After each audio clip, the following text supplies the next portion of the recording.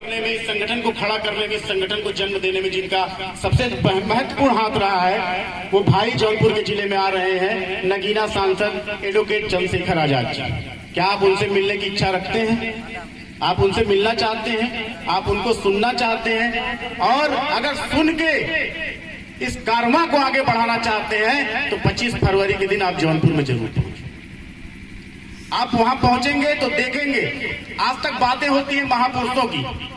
महापुरुषों की अगर हम बात ना करें तो बेईमानी होगी, लेकिन महापुरुषों को फिर से जिंदा करने में जिसका हाथ है अगर उसकी बात ना करें तो भी बेईमानी होगी।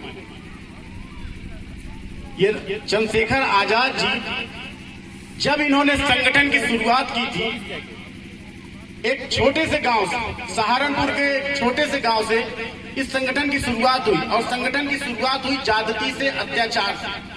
वहां एक विद्यालय है, उस विद्यालय में आज भी छुआछूत बड़ी चरम पे था।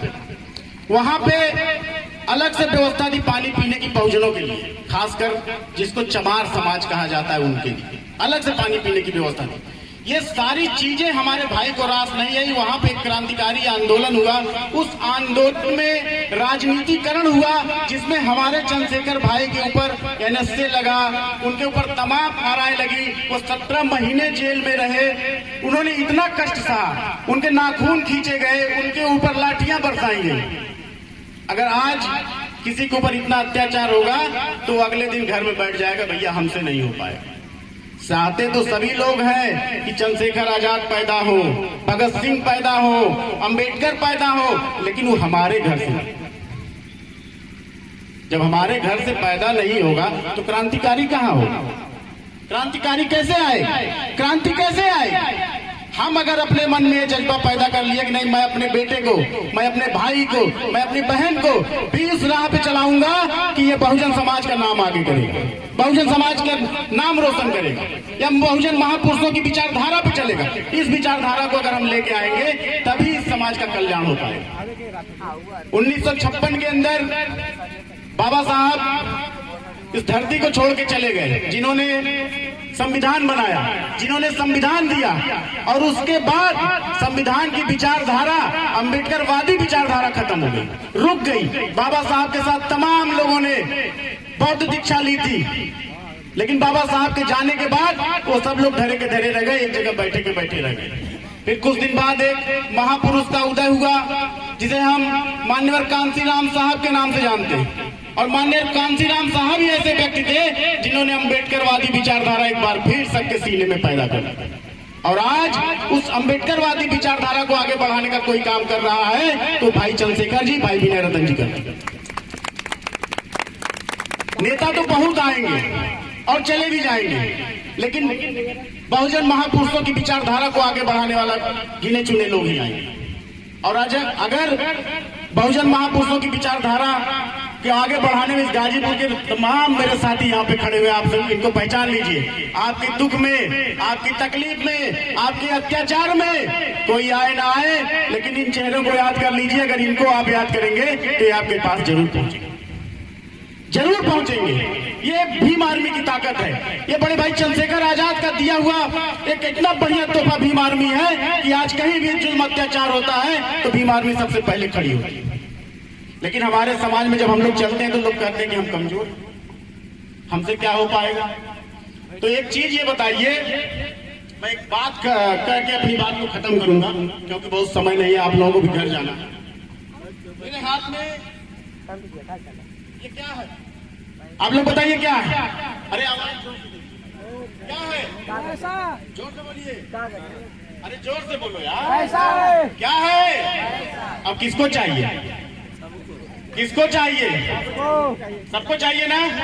इस पैसे को मैंने मोड़ दिया, इस पैसे को मैंने तोड़ दिया, इस पैसे को पैर से कुचल भी दिया। अब बताइए किसको चाहिए? किसको चाहिए? किसको चाहिए? अरे बोलिए किसको चाहिए?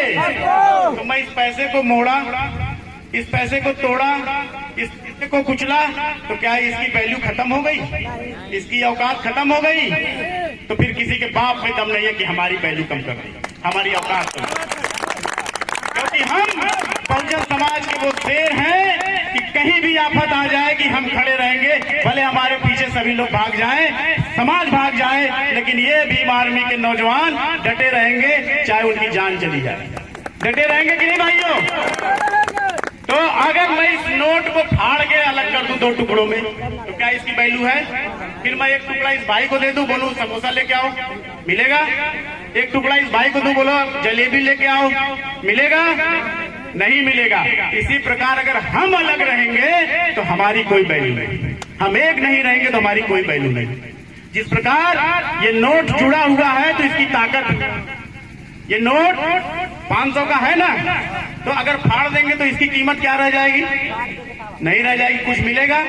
नहीं मिलेगा। इसीलिए ये जरूरी है कि आपस में कितनी भी विषमताएं हो, आपस में कितना भी मतभेद हो, उन मतभेदों को खत्म करके जब आप एक मंच पे आएंगे तब बहुजन समाज ताकतवर बनेगा और उस बहुजन समाज से हम जो चाहेंगे वो पालेंगे। जब बहुजन समाज ताकतवर बन जाएगा, एकजुट हो जाएगा, एक मंच पे आएगा, एक बात करेगा, तो अगर हम इस गांव का प्रधान जिताना चाहें या इस देश का प्रधानमंत्री बनाना चाहें तो बना नहीं पाएंगे।